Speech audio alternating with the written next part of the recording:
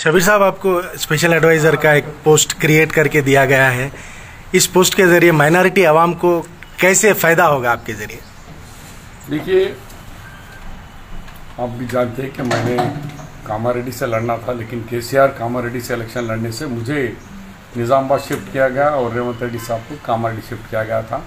लेकिन इत्तेफाक से हमारी शिकस्त हुई, हम हार गए।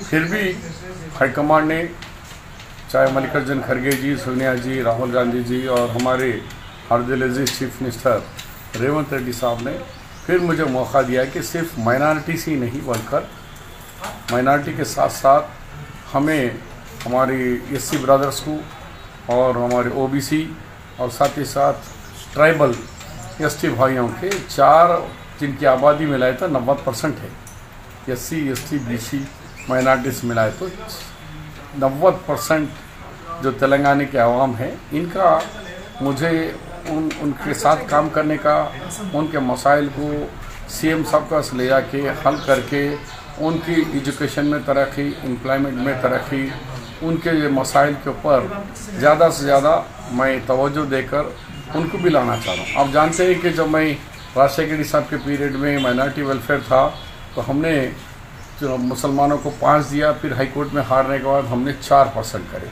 आज 4% की वजह से आज घर घर में इंजीनियर है, ना कोई तालीम याफ्ता बच्चा है। आज आंध्रा और तेलंगाना में मिलाए तो 20 लाख मुस्लिम बच्चे आज आला तालीम से आरास्ता हो गए हैं। ये मामूली बात नहीं है।